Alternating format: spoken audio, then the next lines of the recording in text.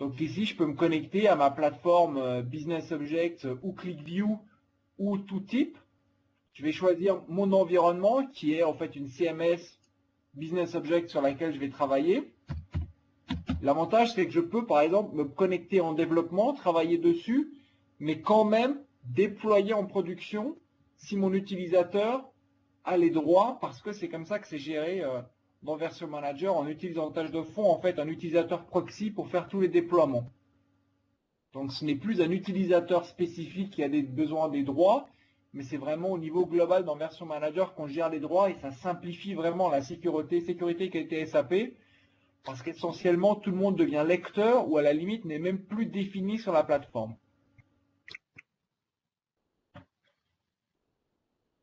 Alors, je suis ici voilà, sur mon arborescence, qui peut être la même que l'arborescence Business Objects que vous avez aujourd'hui, mais qui peut potentiellement être différente si vous avez des contraintes pour le séparer. Et j'ai ici deux versions d'un rapport. Donc sur une version, je peux faire un clic droit, je peux faire un Send to Local si je veux juste regarder, visualiser. Je peux faire un checkout pour verrouiller le fichier et de dire non, non, c'est moi qui travaille dessus, personne ne peut le voir. Ou je peux faire un Publish to CMS, ou je vais le déployer. Et si je fais ça, par exemple, je peux dire je veux le déployer vers mes trois environnements en un seul clic. Je peux rajouter un commentaire et ça va le déployer automatiquement pour moi, se connecter avec les trois users différents pour le distribuer au bon endroit. Je peux publier de suite, générer une ligne de commande que mon équipe opérationnelle va exécuter, ou je vais le planifier samedi à 2 h du matin si j'ai envie de me faire réveiller à 3 h parce que rien fonctionne.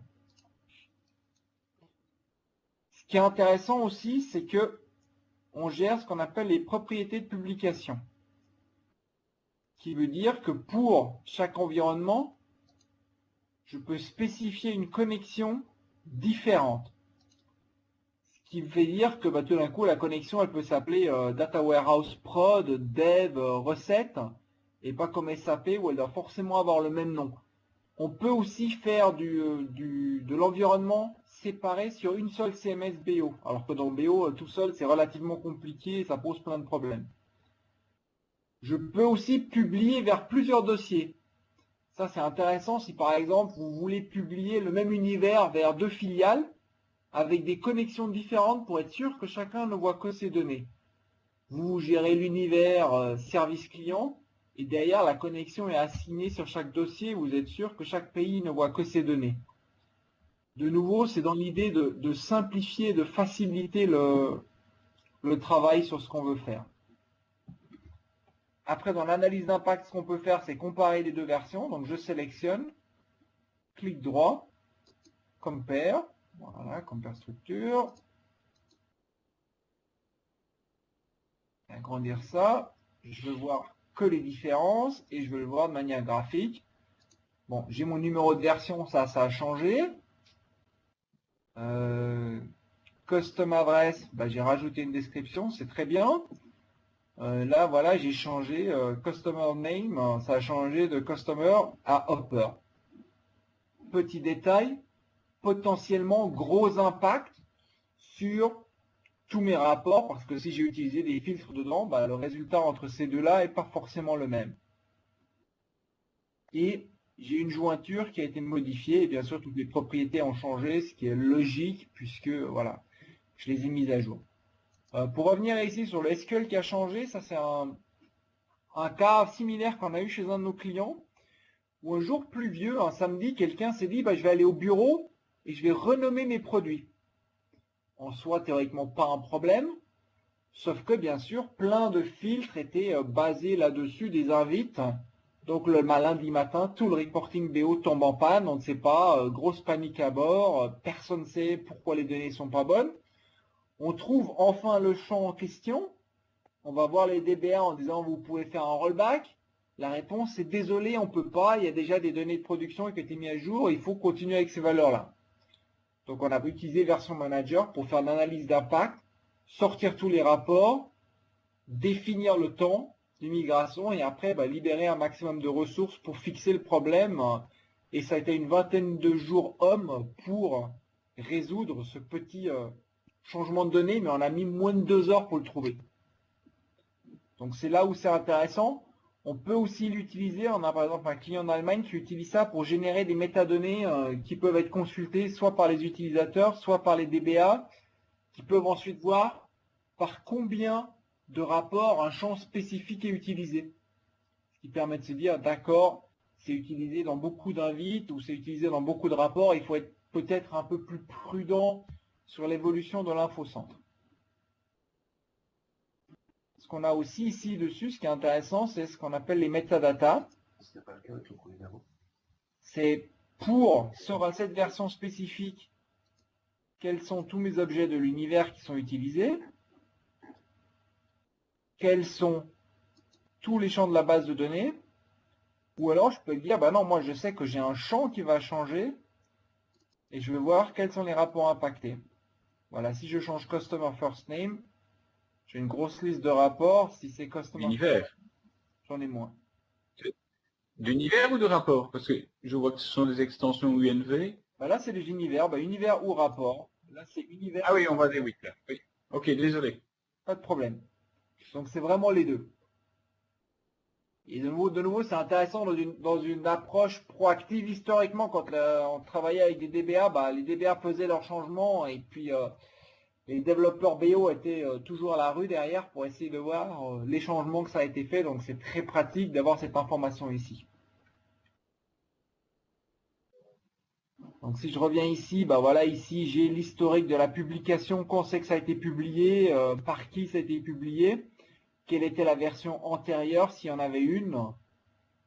Donc vraiment l'information globale. Si je vais sur un document Webi, j'ai aussi mes versions, je peux faire un compare, c'est plus sommaire, parce que bah, il y a moins d'informations disponibles. Je vais juste vous montrer, bah voilà, sur une version, bah, j'ai la description, pourquoi je l'ai changé. Nouvelle version basée sur la demande utilisateur, le numéro de ticket et rajouter un nouvel onglet. La propriété de la version, le lineage et ensuite le contenu.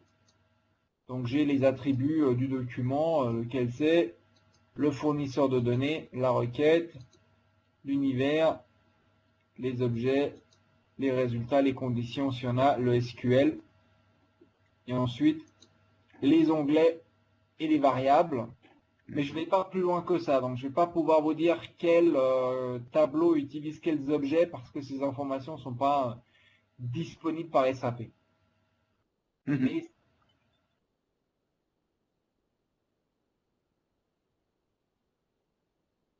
ouais.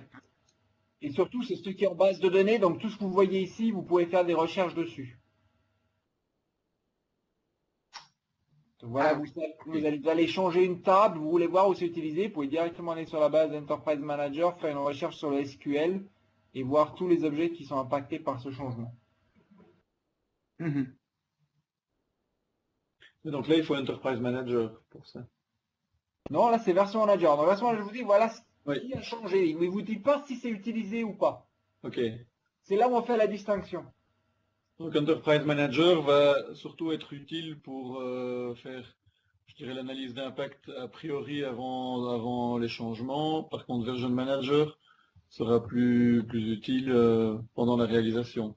Exactement. Dans le détail. C'est exactement ça. C'est vraiment le suivi, la réalisation et le contrôle et comment je reviens en arrière et comment je garde l'historique de ce qui a changé.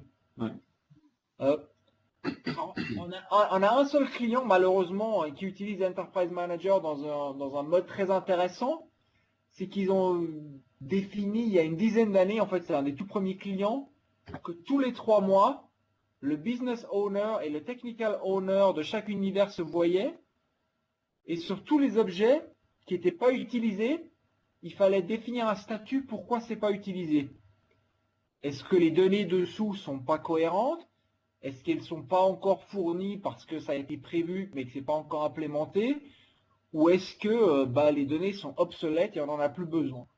Et vraiment, ils ont utilisé ça pour structurer, réformer, optimiser leur data warehouse et surtout, comme ils avaient l'appui du CIO et du CEO, de changer les business process.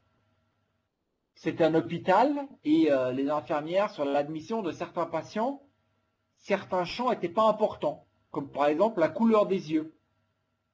Sauf que les études cliniques ont montré que voilà, la couleur des yeux a une incidence sur un certain nombre de diagnostics et de maladies et de traitements. Et donc, ils ont réussi à pousser qu'aujourd'hui, les infirmières systématiquement le saisissent et on a réussi à leur expliquer pourquoi c'était important. Et donc, ça permet vraiment d'améliorer la qualité et la valeur de l'infocentre. Idéalement, c'est ce que tout le monde devrait faire, mais c'est vrai qu'aujourd'hui, Enterprise Manager, c'est plutôt utilisé de manière sporadique pour voir, tiens, comment on l'utilise, qu'est-ce qui est encore utilisé, et j'ai un souci et je veux comprendre. Mais c'est rarement utilisé au fil de l'eau pour vraiment gagner plus de valeur dans l'infocentre. Mhm. Ce qui est intéressant aussi, c'est qu'ici, je peux choisir les chemins vers lesquels les dossiers sont publiés, ce qui va faciliter la distribution. Même principe, vous avez le même rapport statistique client, vous allez le publier vers 15 filiales, vous aurez 15 copies dans la CMS, ça prend un peu de place, mais vous êtes sûr que chacun ne voit que ses données, même s'il les sauve, ça reste dans son silo, ça reste séparé. On utilise ça très souvent sur des clients qui rendent leur système accessible au public, à des clients externes, où là, la confidentialité des données est super importante. On fait une fois la sécurité dans BO, une fois qu'elle est définie, on est sûr que voilà, version manager, on n'aura aucun souci. On reste dans ces silos vraiment étanches. Très important aussi, tout ce qu'on fait, tout ce que je vous ai montré là, toute l'information est stockée dans une base de données qui est ouverte. Il y a un univers qui est fourni, il y a quelques univers de base. Il n'y en a pas beaucoup parce qu'on s'est rendu compte que chacun le personnalisait. Et l'idée, c'est vraiment de construire des rapports qui vont vous aider dans la construction de votre processus de gestion de version, de documentation et de déploiement. Quel est le niveau de rigueur ou de simplicité que vous voulez dans votre approche de mise en place. On a des gens qui ont des systèmes très simples, qui développent en prod. Alors, c'est pas idéal, mais voilà, on passe par version manager, on peut faire un rollback de manière assez simple. Donc, pas très compliqué. Mais on peut le faire assez simplement. Alors, qu'est-ce que je voulais montrer? Alors, on a rajouté un nouveau concept aussi, deux nouveaux concepts qui n'existent pas forcément. C'est la notion de projet. Alors, on va l'appeler Sales Reporting. Et l'idée de dire, dans Sales Reporting, je vais avoir ce document-là, qui vient de ce dossier-là. Je vais avoir Financial Sales qui vient de là. Et je vais prendre quelque chose depuis Webby. Et voilà, j'ai aujourd'hui 3 entités de 3 endroits différents. Donc, ça me permet de fédérer tout ça. Maintenant, je veux faire évoluer ça pour la fin du trimestre. Donc, je crée ce qu'on appelle une release. Voilà, on va la renommer. Voilà comment on va les donner. Alors, Sales Reporting 2016. Je peux rajouter des commentaires, une description. Et je peux travailler avec des versions et je peux changer les statuts ici. Ce qui permet de faire un suivi et d'avoir une meilleure compréhension de ce qui est utilisé et où j'en suis dans mon Allô, allô. site. Désolé, j'ai des problèmes de connexion avec le Wi-Fi Oui. et on vous avait de nouveau perdu. 3 minutes. Donc depuis 3-4 minutes là, et malheureusement, du coup, comme je perds la connexion, je ne sais pas vous prévenir. Oui. Donc on en était à... Sélection des champs. Ouais, avec l'impact. On était au projet ou on était encore avant? Alors, tu avais terminé d'expliquer l'histoire des infirmières et l'identification avec la société où tous les 3 mois, ils revoyaient un peu les univers. D'accord. Donc après, ce que j'ai expliqué, c'est qu'on peut choisir le chemin vers dans quel dossier dans la CMS on publie, qui permet voilà, de bien identifier, de créer une copie par filiale pour être sûr que chacun ne voit que ses données. Et on a rajouté un concept supplémentaire qui est la notion de projet. L'histoire du projet, c'est de dire, voilà, j'ai 3 fichiers qui sont dans 3 dossiers de la CMS différents, qui ensemble représentent une entité globale que j'ai envie de gérer en tant que telle. Et là-dessus, je peux gérer une release où je vais avoir des versions.